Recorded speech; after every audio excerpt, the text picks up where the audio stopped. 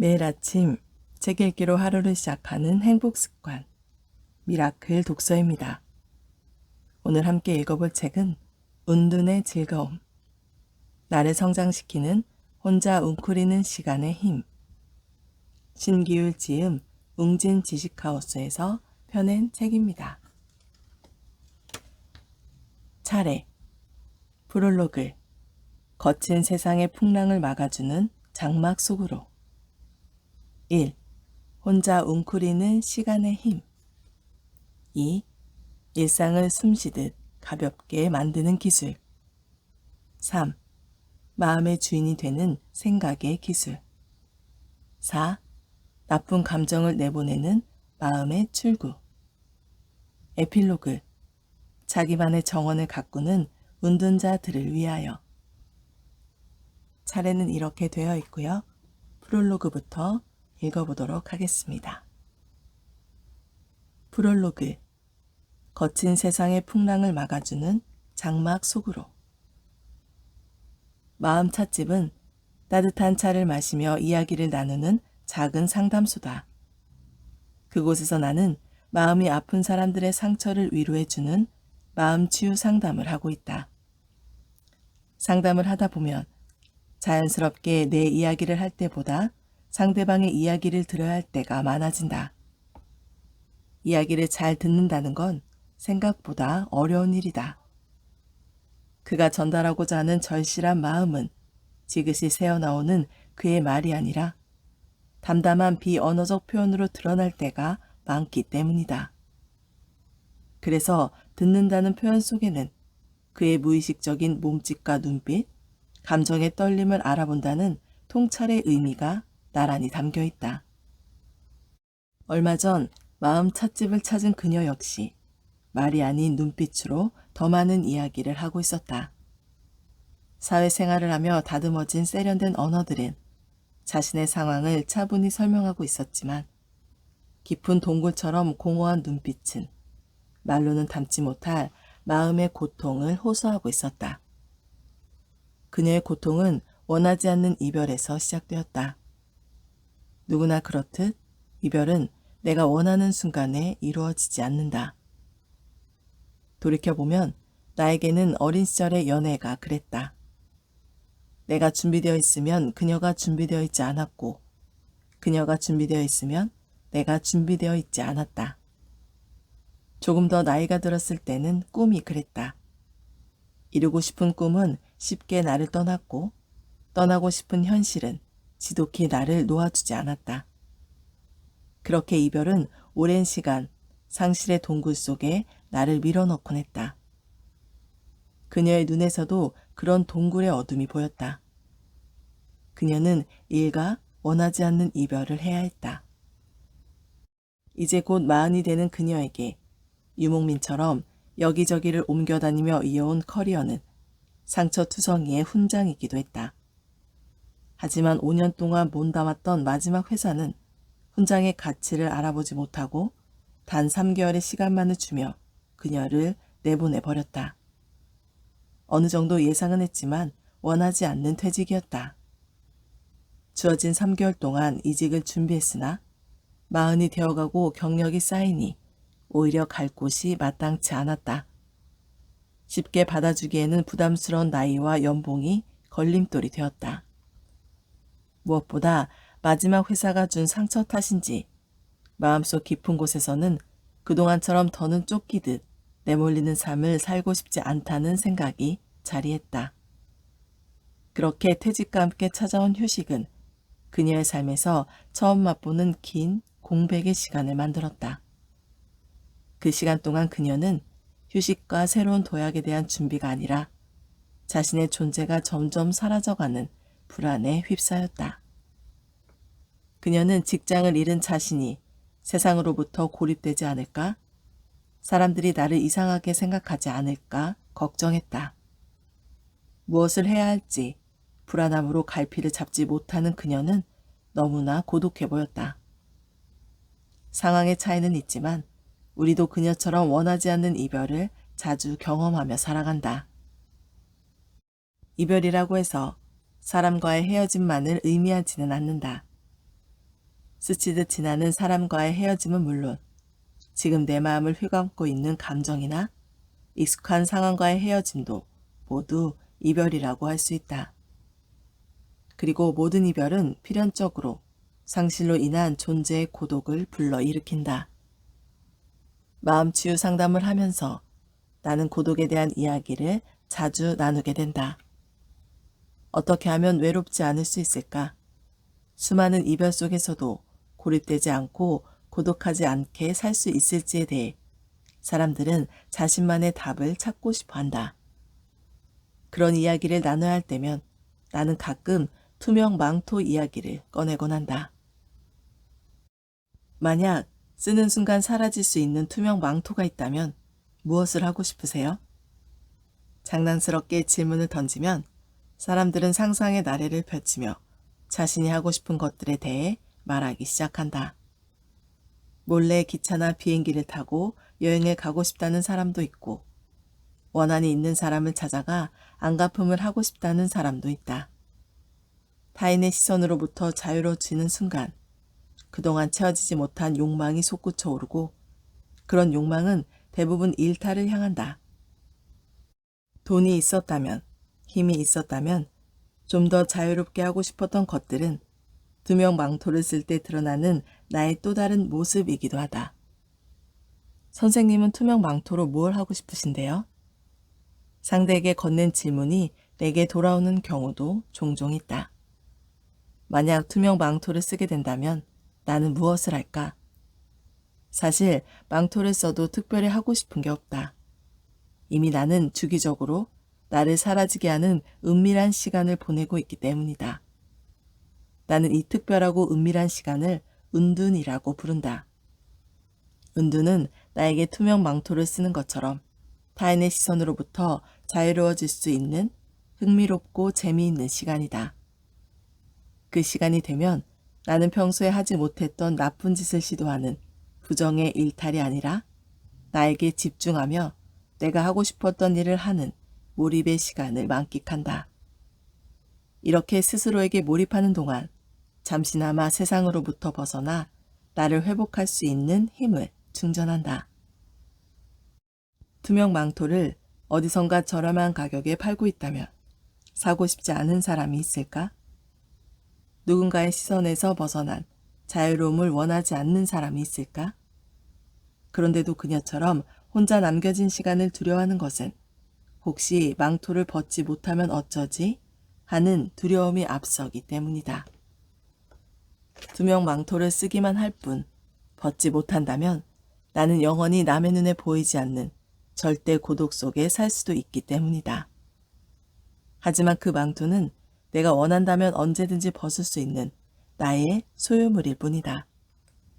망토를 벗지 못하는 일 따위는 절대 일어나지 않는다. 고독 역시 마찬가지다. 투명 망토를 입고 벗는 것처럼 내가 그 감정의 주도권을 쥐고 있을 때 고독이 주는 외로움보다 고독이 주는 자유로움을 만끽할 수 있게 된다. 나는 그런 자유로운 고독의 시간이 바로 즐거운 은둔의 시간이라고 생각한다. 이 책에서 나는 고독을 두려워하거나 반대로 고독을 즐기고 싶은 사람들을 위한 다양한 은둔의 방법을 소개하고자 한다. 은둔은 그 시간을 어떻게 활용하느냐에 따라 때로는 불행을 건너는 다리가 되기도 하고 삶의 역할을 바꿔주는 신비한 터널이나 나를 충전하고 위로해주는 안식처가 되기도 한다. 이때 느끼는 혼자라는 감정은 내가 점점 고립되어가는 외로움이 아니라 삶의 좀 더 깊은 본질을 경험하게 하는 더 좋은 고독에 다가가게 한다. 좋은 고독은 내 삶의 면역을 키우는 가장 훌륭한 치료제이기도 하다. 지금도 힘들고 지칠 때면 나는 조용히 나만의 공간에서 지친 몸과 마음을 회복하는 시간을 갖는다. 그 시간의 안온함은 언제나 내 삶을 무너지지 않게 하는 단단한 장막이 되어준다. 내가 겪었던 은둔의 즐거움이 독자 여러분에게도 거친 세상의 풍랑을 막아주는 삶의 장막이 될 수 있기를 바라본다. 신기율의 마음 찻집 주인장 신기율. 1. 더는 갈 곳이 없다고 느껴질 때. 소설가 김우는 자신의 서재를 막장이란 말로 표현했다. 막장은 광부가 파내려간 갱도의 맨 끝을 말한다. 탄광의 가장 깊은 곳이기에 가장 위험한 곳이기도 하다. 그곳은 언제나 30도가 넘는 뜨거운 열기와 숨쉬기 힘든 공간, 안심할 수 없는 위험이 도사리고 있다. 이런 위태로운 곳에서 광부가 할 수 있는 일은 두 가지다. 앞으로 더 나아갈 것인지 아니면 멈출 것인지를 결정하는 일이다. 만약 멈추기를 결정했다면 곡괭이를 내려놓고 내가 파놓은 길을 따라 지상으로 되돌아가면 된다. 하지만 더 깊은 곳으로 들어가고 싶다면 다시 곡괭이를 들고 단단한 벽을 파내기 시작해야 한다. 앞으로 얼마를 더 파내고 어떤 방향으로 팔 것인지를 생각하고 판단해야 한다. 그래서 막장에는 더는 갈 곳이 없다라는 숨막히는 절망과 이제 그만 멈춘다라는 포기, 그리고 갱도를 개척한다라는 희망이 공존한다. 김훈이 자신의 서재를 막장이라고 말한 것도 그곳이 절망과 포기와 희망을 선택할 수 있는 지적 교차로였기 때문일 것이다. 탄광의 갱도는 여러 사람이 함께 가야 하는 공동의 길이다. 하지만 탄광을 삶에 비유하면 삶이라는 갱도는 오직 나 혼자만이 가야 하는 고독한 길이 된다. 그 외로운 길에서 내가 들 수 있는 곡괭이는 지식이다. 그런 의미에서 서재는 다양한 곡괭이가 모여있는 창고이기도 하다. 책을 읽고 공부를 하고 다양한 지식을 쌓는다는 건 그렇게 다양한 방식으로 삶의 막장을 뚫고 앞으로 나아가는 일이기도 할 것이다. 김훈에게 서재가 결혼함이 감도는 막장이라면 나에게 서재는 세상에서 잠시 벗어나 숨을 돌릴 수 있는 장막이다. 장막은 노천에서 비바람을 막기 위해 둘러치는 막을 말한다. 나는 서재에 있을 때면 언제나 삶의 거친 비바람으로부터 보호받고 있다는 느낌을 받는다. 어린 시절 나를 지켜주던 장막은 만화방과 서점이었다. 아직 내 집, 내 방이라는 나만의 공간이 없던 시절, 사방이 책들로 가득했던 그곳 덕분에 나는 비바람에 젖지 않고 무사히 유년 시절을 지날 수 있었다. 어린 시절 나는 셀 수 없을 만큼 잦은 이사와 함께 학년이 바뀔 때마다 연례 행사처럼 다른 학교로 전학을 가야 했다. 한 곳에 정착할 수 없을 만큼 집안 형편이 어려웠기 때문이다. 아버지의 사업이 풀리지 않을 때마다 반복되는 도피성에 가까운 이사였기에 가까운 옆 동네가 아니라 서울과 부산, 광주, 창원으로 이어지는 낯선 곳으로의 전학이었다. 천성이 말이 없고 내성적이었던 나는 새로운 학교에 갈 때마다 또래 집단에서 고립되지 않으려고 최선을 다해 노력해야 했다. 하지만 이런 아슬아슬한 노력도 오래가지는 못했다. 초등학교 3학년이 되어 전학을 간 학교에서는 끝내 적응하지 못하고 학교를 뛰쳐나와 한 달 동안 무단결석을 하게 되었다. 가슴 아픈 점은 그 당시 내가 얼마나 존재감이 없었는지 한 달 동안 학교에 나가지 않았는데도 선생님이 나의 부재를 몰랐다는 것이다. 학교를 피해 도망친 곳은 구불구불 이어진 동네의 골목길이나 가파른 경사가 있는 계단이었다. 학교에 가지 않는다고 해서 특별히 하고 싶은 일이 있었던 것도 아니었다. 낯선 골목길을 여행하듯 배회하거나 계단에 쭈그리고 앉아 사람들을 구경하며 시간을 보내는 게 전부였다.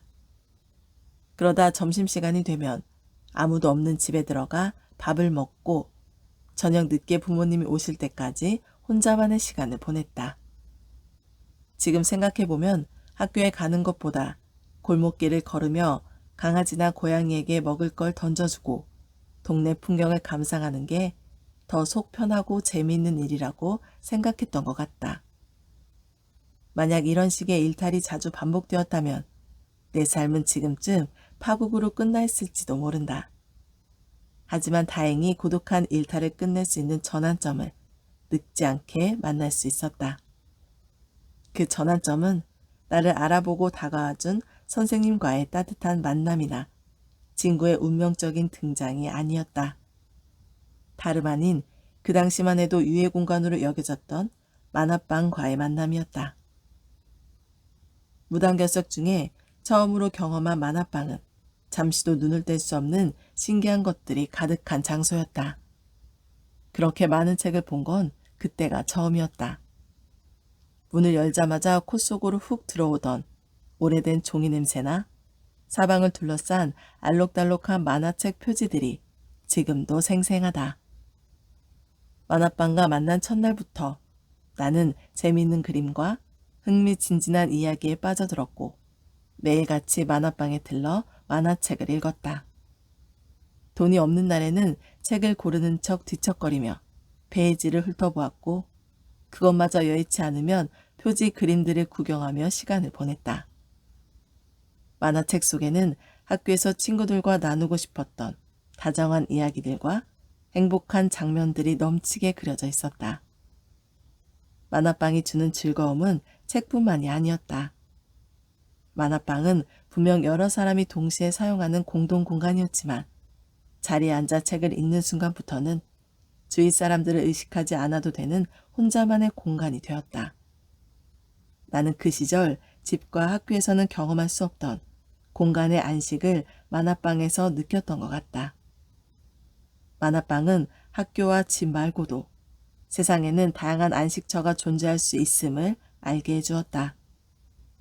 언제라도 만화방에 문을 열고 들어가면 소음 가득한 세상을 벗어나 혼자여도 행복한 세상으로 입장할 수 있었다. 그렇게 그곳은 학교가 주는 외로움으로부터 나를 보호해주는 장막, 바로 내 삶의 첫 번째 은둔의 공간이 되어주었다. 흥미로운 점은 만화방이라는 은둔의 공간이 생기고 나서부터 다시 학교를 나가게 되었고 그 뒤로는 결석하는 일도 사라졌다는 것이다. 학교에서 나는 여전히 정서적으로 안착하지 못하고 방황하는 이방인이었지만 그 시간이 끝나면 곧장 뛰쳐나갈 수 있는 즐거운 은둔처가 있다는 생각에 학교에서의 외로움은 작은 점으로 바뀌었다. 만화방이라는 확장된 세계의 크기만큼 학교는 작게 보였고 그곳에서 느끼는 적막한 감정의 크기도 작아져갔다. 그 이후로도 전학은 계속되었지만 동네마다 있던 만화방 덕분에 제법 괜찮은 시간을 보낼 수 있었다. 중학생이 되고 나서부터는 만화방이 아닌 서점을 가게 되었고 만화책에 대한 애정은 자연스럽게 소설이나 시 같은 문학 작품으로 이어졌다.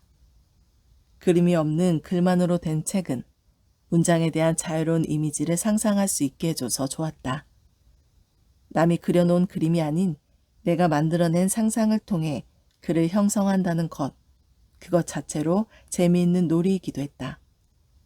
잘 정돈된 서가에 꽂힌 수만 권의 책들, 그 앞에 서서 책장을 넘기며 내뿜는 사람들의 차분한 에너지와 고요한 소음 역시 내 마음을 안정시켜 주었다. 이제 더 이상 학교에 다니지 않아 전학할 일은 없지만 요즘에도 가끔 무언가에 적응하기 힘들 때면 서점에 간다. 그러면 서점은 여지없이 나의 안락한 장막이 되어준다. 그 장막 속에서 천천히 서가를 돌며 마음에 드는 책을 고르고 인적 드문 귀퉁이에 앉아 책을 읽다 보면 어렸을 때처럼 혼자이지만 외롭지 않은 충만함을 느끼게 된다.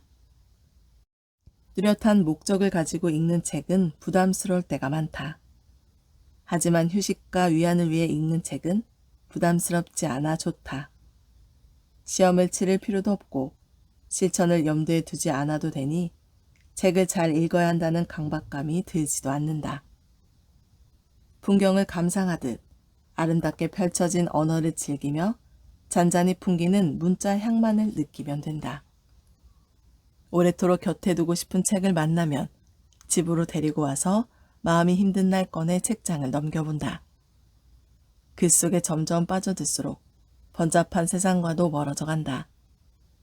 가끔은 또 다른 세상으로 여행하는 것 같은 설레는 느낌이 들기도 한다. 자연과 함께 자란 아이들이 커서도 자연을 고향으로 생각하듯 책과 함께 자란 나는 책을 만나면 그곳이 내 마음의 안식처가 되는 것이다. 너무 앞만 보고 달리다 넘어질 때. 24이 되던 해 가을이었다. 어렸을 때부터 작가가 되고 싶었던 나는 그동안 하던 일을 정리하고 문해창작과에 지원하기로 마음먹었다. 늦가기 대학 신입생이 되기로 한 것이다. 꼭 대학에 들어가야 글을 쓸 수 있는 건 아니었지만 포기하지 않고 집중해서 글을 쓰기 위해 내겐 좀 더 강한 소속감이 필요했다. 문해창작과에 들어가려면 다른 예체능 학과처럼 별도의 작문 시험을 치러야 했다. 오랜 시간 대입 공부와 담을 쌓은 나는 수능 시험보다 작문 시험에 더 자신이 있었다. 어린 학생들보다 경험과 사연이 많다는 점이 글을 쓸 때만큼은 장점이 되리라 생각했다. 시험 당일, 나는 시험 시간보다 1시간 정도 일찍 고사장에 도착했다. 한적한 분위기 속에서 차분히 마음을 가라앉히고 글 쓸 준비를 하고 싶었다. 그런데 일찍 도착한 고사장에서 나는 전혀 예상하지 못한 상황을 마주해야 했다. 비어 있어야 할 교실을 가득 메운 수험생들이 숨막히는 고요함 속에서 시험을 치르고 있는 것이 아닌가? 지금도 그때를 생각하면 다리에 힘이 풀리고 머릿속이 하얘진다. 시험 시간을 몇 번이나 확인한 나였다. 1시부터 시험이라고 적힌 수험표를 몇 날 며칠 책상 위에 두고 보고 또 보지 않았나? 하지만 떨리는 손으로 가방에서 다시 꺼내본 수험표에는 오후 1시가 아닌 오전 10시가 시작 시간이라고 적혀 있었다. 어떻게 이런 말도 안 되는 실수를 할 수 있을까?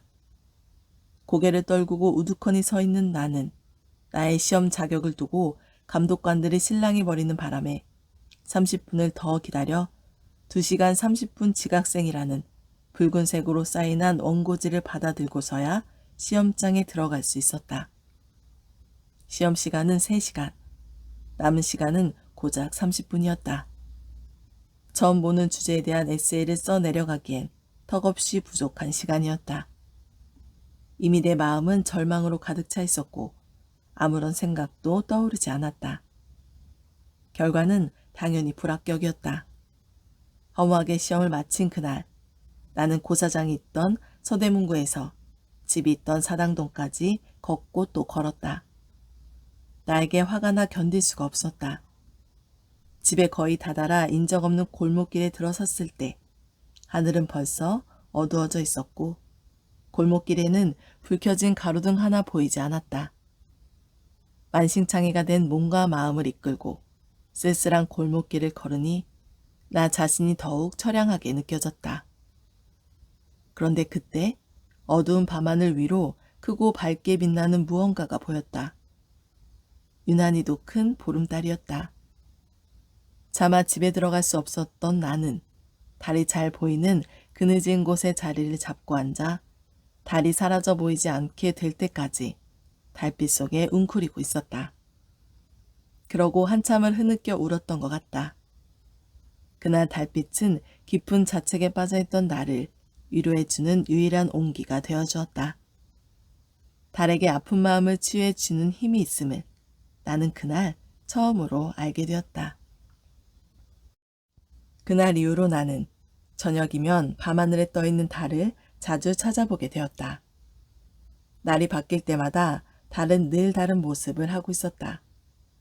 어제는 손톱만큼 가는 초승달이었다가 며칠이 지나면 보름달이 되고 그러다 어느새 다시 어두운 금음달이 되었다. 조금씩 변하는 달의 모습은 금음달이 다시 초승달이 되기 전 며칠 동안 완전히 어둠 속으로 사라지는 사계에 이르러 절정에 달했다. 하늘에서 눈으로 볼 수 있는 모든 것 중에 자신의 모습을 이토록 다채롭게 변화하며 빛을 내는 존재는 달밖에 없었다. 하늘을 바라보는 날이 많아지니 궁금증도 커져 달에 관한 책도 여러 권 읽게 되었다. 고대 사람들은 이런 변화무쌍한 달을 관찰하며 달과 사람의 마음이 보이지 않는 끈으로 연결되어 있다고 생각했다. 그래서 달이 변할 때마다 사람의 마음도 함께 변한다고 믿었다. 풍성한 보름달이 뜨면 마음도 풍성해지고 이제 막 태어난 새싹 같은 초승달이 뜨면 우리의 마음도 그렇게 여리고 새침해진다고.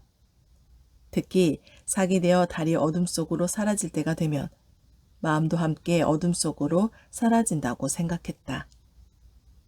어둠이라고 해서 삭을 부정적으로 생각한 것은 아니었다. 오히려 그 시간은 사라져가는 달이 새로운 달로 환생하기 위한 준비의 시간으로 여겼다. 그래서 삭의 시간이 되면 우리 마음도 그동안 쌓여있던 아픔과 슬픔을 어둠 속에 비워버리고 새로운 마음으로 다시 태어날 준비를 하는 것이라고 생각했다. 고대인들의 이야기를 들으며 나는 생각했다. 만약 삭의 순간이 없다면 달은 이전의 상처와 아픔을 비우지 못한 채 불멸의 고통 속에 괴로워할지도 모른다. 그랬다면 내 아픈 마음을 달래고 다독여주는 따뜻한 달의 위로도 없을 것이다. 삭을 통해 다시 환생할 수 있기에 지금처럼 달은 아름다운 모습으로 존재할 수 있는 것이 아닐까? 그렇다면 달과 마찬가지로 사람들도 삭의 시간을 가지며 때 묻은 마음, 질투 어린 미움, 한때의 잘못으로 인한 부채감 같은 부정적인 마음을 비워내고 다시 시작할 수 있을 것이다. 삭이 되면 그런 달의 속삭임이 들리는 듯하다. 밤하늘처럼 어두운 사회 속에서 매번 가면을 쓰며 다른 모습을 보여야 하는 당신의 마음 역시 지치고 힘들 때면 잠시 스스로를 사라지게 하는 시간을 가져야 한다고. 그런 환생의 시간을 가질 수 있을 때 지치지 않고 나만의 밝은 빛을 낼 수 있는 거라고. 그렇게 비워낼 수 있는 사라짐의 순간이 있기에 달은 큰 혼돈 없이 한 달을 밟고 따뜻하게 살아갈 수 있는 것 같다.